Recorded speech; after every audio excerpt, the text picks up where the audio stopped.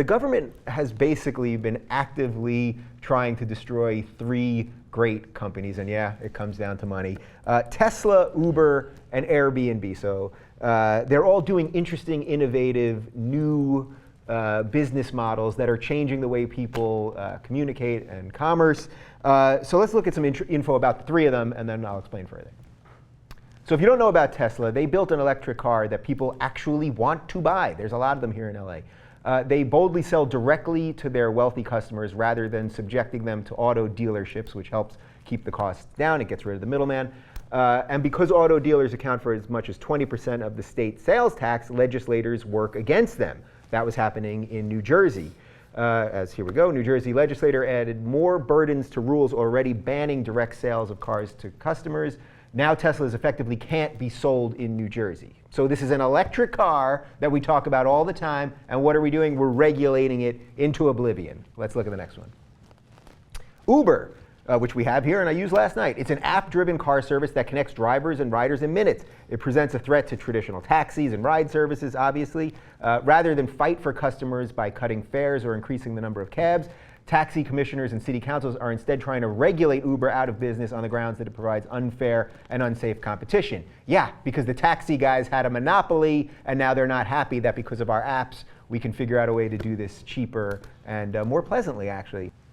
And then finally, Airbnb, which is a website that allows people to rent out apartments and homes, therefore despised by conventional hotels and cities who rely on travelers and tourist taxes. Austin charges hosts an annual licensing fee and limits the number of participants. Portland has banned it in residential neighborhoods. Rent-controlled advocates in New York City are teaming up with the hospitality industry to try to shut it down. Okay, so basically what you have here are sort of 3 crowd-sourced and in a way crowd-funded businesses that are making better products that people want. And what's happening? Of course, the government is jumping in and trying to tax them away. The Airbnb one is the easiest example, I think, because the hotel lobby is powerful and they don't want people being able to rent their rooms easily. You own your room, I'm pretty sure. Even if you're renting, you're allowed to rent your room out usually. What do we do in a situation like this? Because these are do you guys use these 3, any combination of these 3 things? Yeah, I've used Uber, used Airbnb. Uber is actually really it's a great app and an easy way to get from point A to point B. And one of the things, especially if you're a woman, is you can read these reviews of drivers and you feel a little bit safer. And another great thing is that drivers can then review passengers too. Yeah, it so goes that both another ways, yeah. driver knows not to pick up so-and-so because he was a rowdy passenger, she was a rowdy passenger.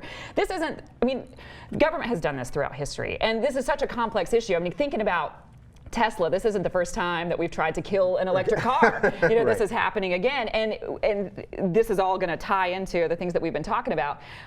Think about media being owned by these major corporations. Think about Tesla. You had a couple of Teslas that caught on fire for different reasons, and it became this huge news story that they're suddenly unsafe, and the number of Teslas that actually caught on fire, minuscule compared to other cars.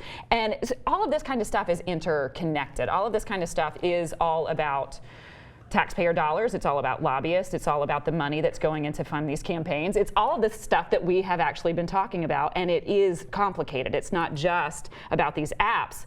This stretches pretty far. Yeah, so Jimmy, I hate to beat our money in politics thing again, but this is like a very personal example, I think. It's different than the political example of our politicians being bought off for some foreign policy interest or something like that. This one, Uber should be allowed to exist, should it not? Well, I was always taught that the definition of fascism is when the government and corporations collude to screw the workers, right? That's pretty much right. So that's what's happening so we're here. Pretty close. Yeah. So that's what this is, right? So we've come up with something that helps the consumer, and the government steps in and says, "Nah, that hurts the business. So we're going to protect the business and not the citizen," which is the same thing that happened when senior citizens were going to Canada to get cheaper prescription drugs, because Canada does a very same thing and negotiates the prescription drugs prices with the pharmaceutical companies, which the United States does not do. So they would go there to get them cheaper. The government then stepped in because the pharmaceuticals said, "Hey, we're losing money from these people buying it cheaper in Canada." So the government did do that, and that is the definition of fascism. And by the way, we should note that it's not that they're colluding just with business, it's a certain type of business, because these are businesses that pay taxes, but they're not the ones that are on the in with the politicians. Right, because so they're it's not actually, established. it's more nefarious even than just saying it's Yes. fascism, because it's not just about business. business, because these are businesses too. The government could be in business with them, but they're in business with their old guys. And that's even more perverse in a way. Right. You know what I mean? We've sort of evolved and have these three great things, an electric freaking car that we've all been waiting for, and the government is still figuring out a way to how do we quash this thing. Yeah, well, I mean, and think about it. It's happened throughout history. Politics doesn't stay in touch with exactly what the people are moving forward with, and this is another prime example of it. And hopefully now, because we are interconnected and we're using apps, that we all will as citizens, and I'm going to try to be positive here because I don't want Give us something. Come on. I don't want to be depressed throughout my entire life, my entire day. But hopefully we can. And what we should do is speak out as voters and speak out as consumers. I mean, Adam Smith said it. It's the free hand, the free market. If we all are moving in that direction, don't cab drivers, don't hotels, don't other people have to step up their game? Shouldn't they have to step up their game? Yeah. And I would love to think, so that I can sleep at night and wake up and not want to cry and stay in bed, I would like to think that we do and that we can try to have some level of control over it as consumers, because these businesses are going to continue making money, and government and politics, as is usual, they have to catch up, and they are always 20 years behind. Yeah, so to that point, is the saving grace of this, do we need freaking Facebook to come in and buy Uber? Because Facebook could potentially fight the government a little bit. You know what I mean? They'd have the money and the lawyers maybe. Like, is somehow these giant corporations, are they going to be the ones that have to buy the cool things to push out the middle guy?